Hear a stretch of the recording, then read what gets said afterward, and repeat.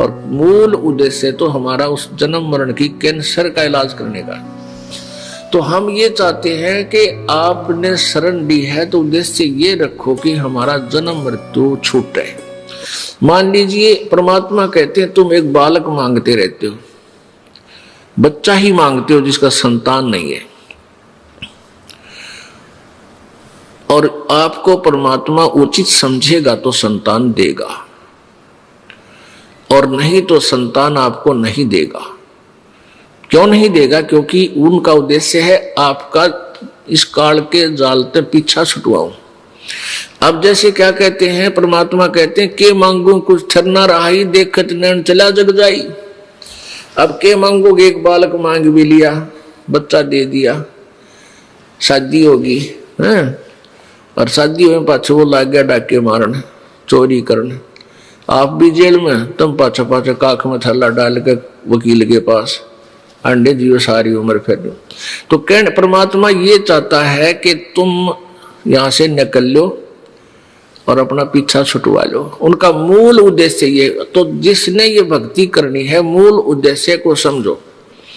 फिर भी आपको यहां जो आवश्यक वस्तु है आपके लिए मालिक जरूर देगा।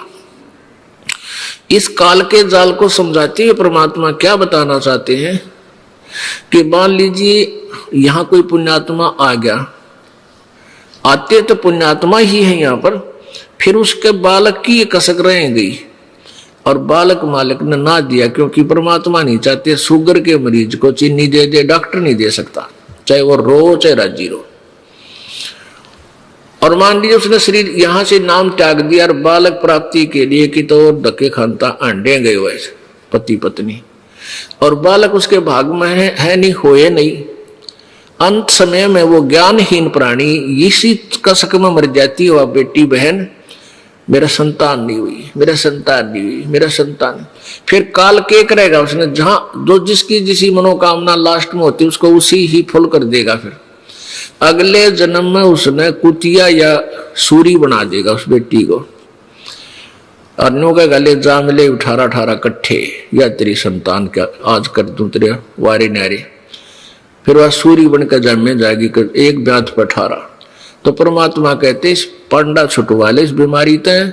हमारा मूल उद्देश्य ये है कि तुम्हें सतलोक ले चलो, वहां कभी मृत्यु नहीं, कोई दुख नहीं। इसमें दूसरा कारण यह है कि काल के दूतों ने इतना अज्ञान फैला दिया कि ये कहते हैं जिसका लड़का बालक नहीं है, संतान नहीं है, उसकी तो शकल भी नहीं देखा सुबेरे सुबेरे, यानी इतना मनहूस है। और परमात्मा कहते हैं वो सबसे खुशकिस्मत आदमी है। अब देखो संत मता और जगत मता उसका कति विपरीत विचार है। इसलिए न्यू क्या करें, जगतकार भगत का न्यू बैर है, विरोध है कि संतों की बात अटपटी लगती है और वो होती है बहुत ही अच्छी, बहुत गुणकारी, लेकिन हम बालक हैं, ऐसे समाज में रहते हैं, परमात्मा और संतों की उस वाणी को हम समझ नहीं पाते, बल्कि विपरीत हो जाते हैं, नाराज हो जाते हैं। अब खुशकिस्मत क्यों है? अब पहले तो जैसे सतयुग त्रेता द्वापर तक तो माँ बाप की इज्जत और सेवा करते थे बालक, और अब दूसरी तरफ तो सेवा हो रही है बुढ़िया की। पुण्यात्मा या कहने की आवश्यकता को ना, सब न पता उनके लग के रिहर्सल हो रही है। एक बहुत बड़ा अधिकारी रिटायर होया, उसने उपदेश लिया, फिर ऐसे ही बात चर्चा चलती हुई बुढ़ापे में ऐसा हो जाता है। अब परमात्मा की वाणी है कि मतलब के बिना भाई कोई नहीं प्यारा। कदे को तुम नो सोचते हो यो मेरा प्यारा है, मुझे बहुत लाड करे है।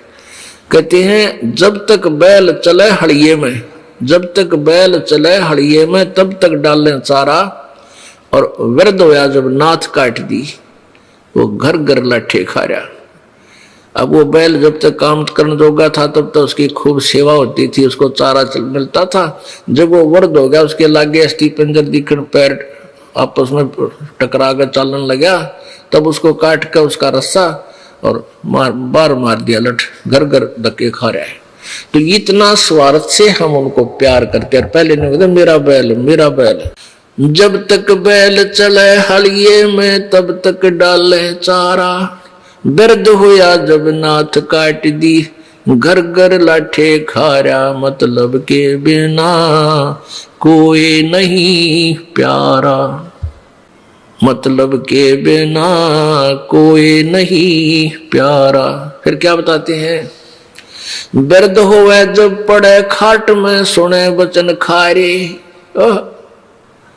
बिरध होवे जब पड़े खाट में, सुने वचन खारे, कुत्ते तावण का भी सुख को न, ये छाती फूकण हारे।